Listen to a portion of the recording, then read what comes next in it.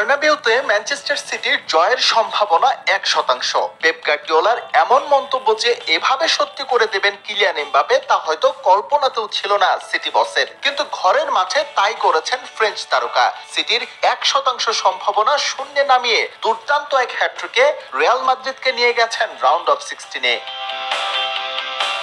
বার্নাবেউতে Manchester সিটির ভঙ্গুর ডিফেন্সের দেখা পাওয়া যায় ম্যাচের মাত্র 4 মিনিটেই। ডিফেন্স থেকে উড়ে আসা বল গোলরক্ষকের মাথার উপর দিয়ে জালে পাঠান এমবাপে। রুবেন দিয়াস তাকে থামানোর ব্যর্থ চেষ্টা করলেও কেবল তাকিয়ে দেখেছেন জন স্টোন।